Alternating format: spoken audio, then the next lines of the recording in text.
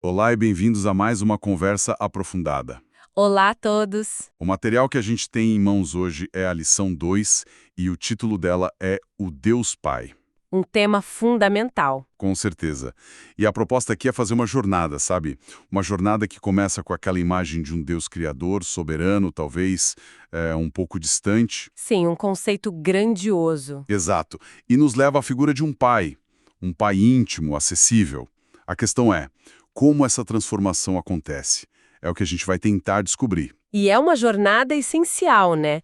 Muitas vezes a gente vive com uma imagem meio fragmentada de Deus. E essa lição nos convida a unificar essa percepção. Uhum. Não é só sobre o que sabemos a respeito dele, mas como a gente se relaciona com ele a partir desse conhecimento. Exato. E para nos guiar, a gente vai explorar 3 grandes etapas dessa revelação, todas tiradas aqui da nossa fonte. Certo. Primeiro, vamos mergulhar na identidade do Pai, como o único Deus verdadeiro, a origem de tudo. O ponto de partida. Depois vamos ver algo que, para mim, muda completamente o jogo. Como esse Pai se revela de forma, assim, perfeita e exclusiva em Jesus Cristo. A revelação máxima. E, por fim, vamos nos aproximar ainda mais, explorando a própria pessoa do Pai, sua natureza, seu caráter. Um roteiro que nos leva do universal ao pessoal, da doutrina à devoção. Acho um caminho excelente. Então vamos lá, começando pelo começo. A lição nos joga direto no coração do monoteísmo com Deuteronômio, capítulo 6, versículo 4. O Shema Israel. Isso. Ouve, Israel, o Senhor nosso Deus é o único Senhor. Hoje, talvez essa frase soe familiar para muita gente. Sim, a gente ouve bastante. Mas no mundo em que ela foi escrita, cercado de panteões de deuses, nossa, isso era uma declaração de guerra teológica. Totalmente. O que significa hoje, para nós, essa afirmação de que o Pai é o único Deus verdadeiro? Você usou a palavra perfeita. Guerra teológica. Era uma afirmação de exclusividade, assim, radical. E essa é a base de tudo. Certo. Afirmar que o Pai é o único Deus verdadeiro significa que ele não é o mais forte numa lista de deuses. Ele é a única categoria que existe. Entendi. A lição o descreve como a fonte eterna da divindade.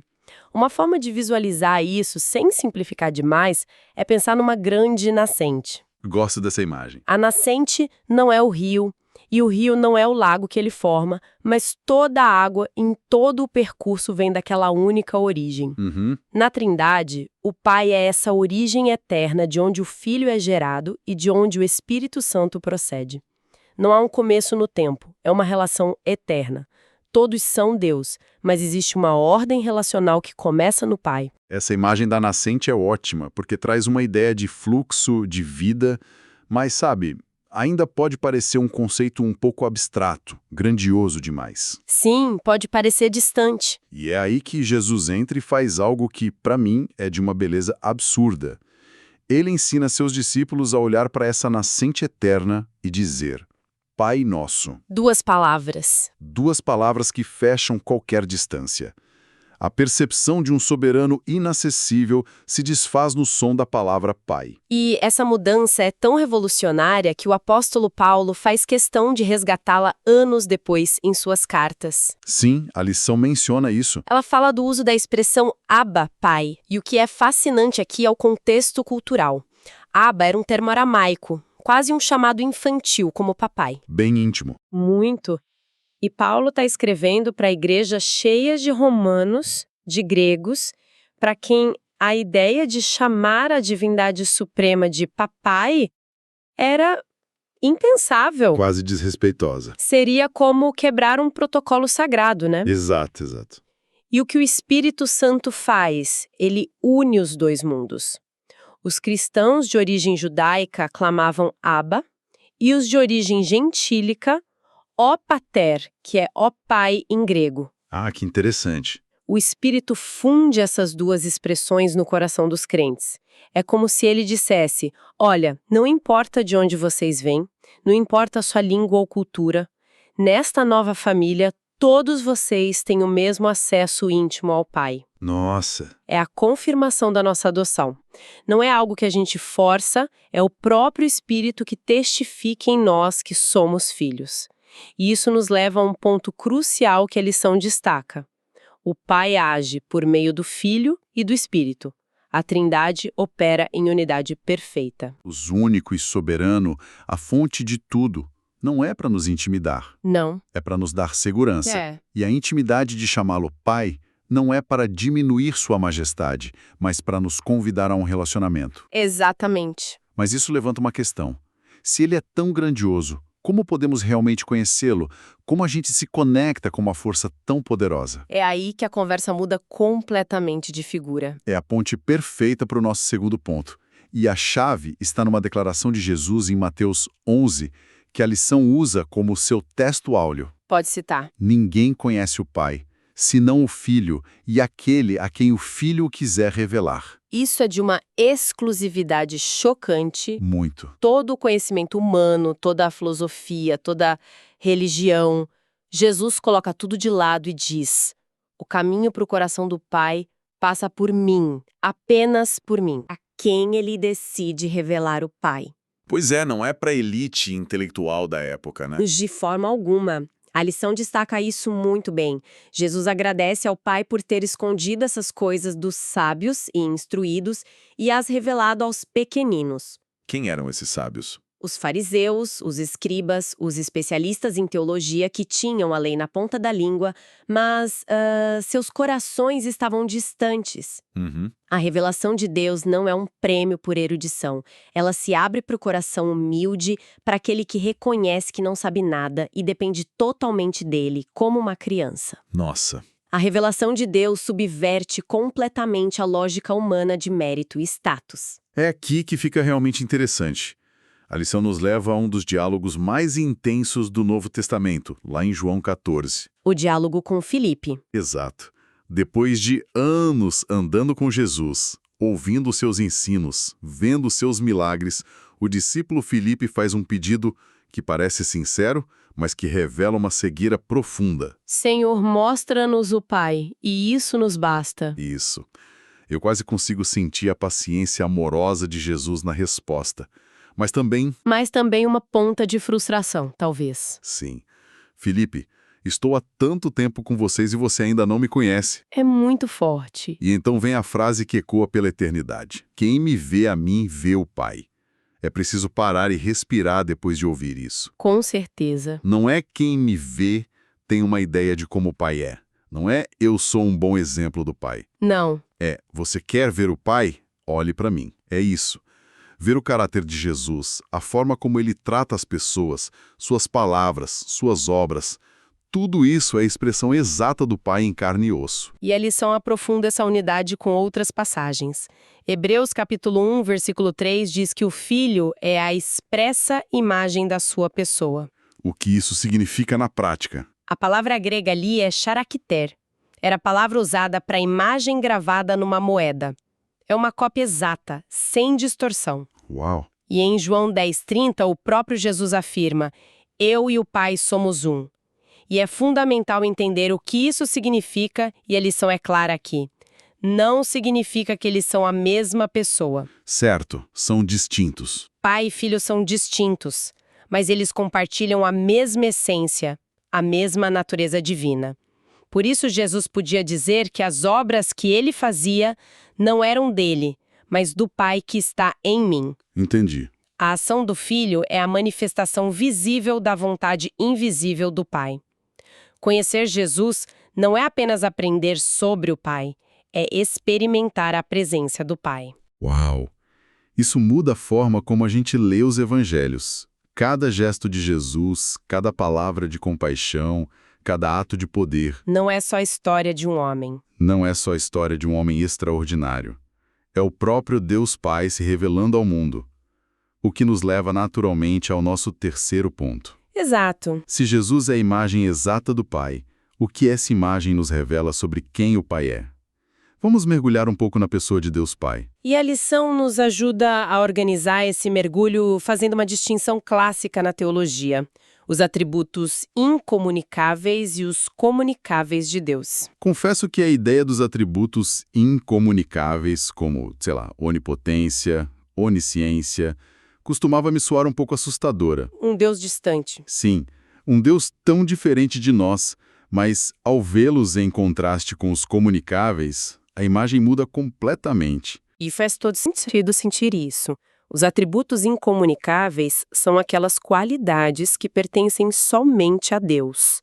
A lição lista os principais. Quais são? A autoexistência, que a gente vê em Êxodo 3.14, eu sou o que sou, ele não depende de nada nem ninguém para existir, ele é a própria fonte da existência. Certo. A eternidade, ele não tem começo nem fim, está fora do tempo. A imutabilidade, ele não muda em seu caráter ou promessas, como diz Malatias 3:6. E os onis? E claro, a onipotência, a onisciência e a onipresença. Juntos, esses atributos pintam o quadro de um Deus absoluto, soberano e, acima de tudo, confiável. Confiável, boa palavra. Sim, porque ele não muda, suas promessas são firmes, porque ele é onisciente, sua sabedoria é perfeita, porque ele é onipotente, nada pode frustrar seus planos. E é fascinante o contraponto que a lição cria aqui. De um lado, essa majestade absoluta, quase intocável. Do outro, O lado relacional. exato, qualidades como santidade, amor, fidelidade e bondade. O que me impressiona é que Deus não se contenta em ser apenas soberano. Não mesmo. Ele faz questão de compartilhar conosco a parte mais relacional da sua natureza. Esses são os atributos comunicáveis. E a lição não nos chama apenas a admirá-los, né? Não, ela nos desafia. Ela nos desafia a refleti-los. Deus é santo, então sede santos. Deus é amor, então amai-vos uns aos outros. Exatamente. São qualidades que Deus, de forma limitada, claro, compartilha conosco, pois fomos criados à sua imagem. E o conceito de adoção, que a gente já mencionou, torna isso ainda mais profundo. Como assim? A lição traz uma explicação fantástica sobre o privilégio de ser filho de Deus, usando o conceito romano de adoção. Naquela cultura, a adoção era um ato legal seríssimo. Não era só simbólico. De jeito nenhum. Um filho adotado perdia todos os direitos e dívidas da sua família biológica e recebia integralmente todos os direitos, privilégios e o nome da nova família. Ele se tornava um herdeiro legítimo. Impede igualdade com os filhos biológicos. Impede igualdade. Nossa. Então, quando somos adotados por Deus, não é apenas um título bonito. É uma mudança completa de status legal e espiritual. Completa. Herdamos tudo que pertence a Cristo. Mas com o privilégio vem a responsabilidade. Claro. Se a gente carrega o nome da família, somos chamados a viver de acordo com o caráter do nosso Pai, refletir seu amor, sua santidade, sua fidelidade. Não é mais uma obrigação para tentar agradar um juiz distante. É uma resposta natural. É a resposta natural de um filho que ama seu pai e quer honrar o nome da família. E a lição ainda menciona brevemente os nomes de Deus no Antigo Testamento. Elohim, El Shaddai, YHW. Sim, o Criador poderoso, o Todo-Poderoso que supre, o Deus da aliança. Cada nome é como abrir uma nova janela para enxergar uma faceta diferente do seu caráter. Não são meros rótulos. São autorrevelações. Perfeito.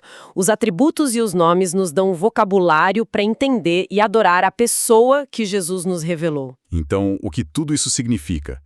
Fizemos uma jornada e tanto hoje. Sim, foi um bom percurso. A gente partiu da identidade do Pai como o único Deus verdadeiro, a fonte de toda a realidade. Vimos que esse Deus, em toda a sua glória, escolheu não permanecer um mistério, mas se revelar de forma perfeita e completa em seu Filho Jesus. Exato. E, por fim, ao olharmos para Jesus, descobrimos a profundidade do ser do Pai, um Deus que é ao mesmo tempo majestoso e próximo, soberano e amoroso. A síntese final que a conclusão da lição nos oferece é de uma simplicidade poderosa. Está na oração de Jesus em João 17, versículo 3. Qual é? E a vida eterna é esta, que te conheçam a ti, o único Deus verdadeiro, e a Jesus Cristo, a quem enviaste. A vida eterna é um relacionamento. Veja só, a vida eterna não é definida como um lugar ou um tempo, mas como um relacionamento, conhecer o Pai por meio do Filho. Não é só acumular informações sobre Deus. É viver em comunhão. É viver em comunhão com Ele. É a realidade de sermos filhos adotados, que pelo Espírito Santo que habita em nós, podemos olhar para o céu com confiança e amor e clamar, Abba, Pai. E isso nos deixa com um pensamento final para reflexão. A lição 2 nos mostrou de forma muito clara que ver o Filho é ver o Pai. Sem dúvida. O caráter, as palavras e as ações de Jesus são a expressão direta da pessoa e da vontade do Pai.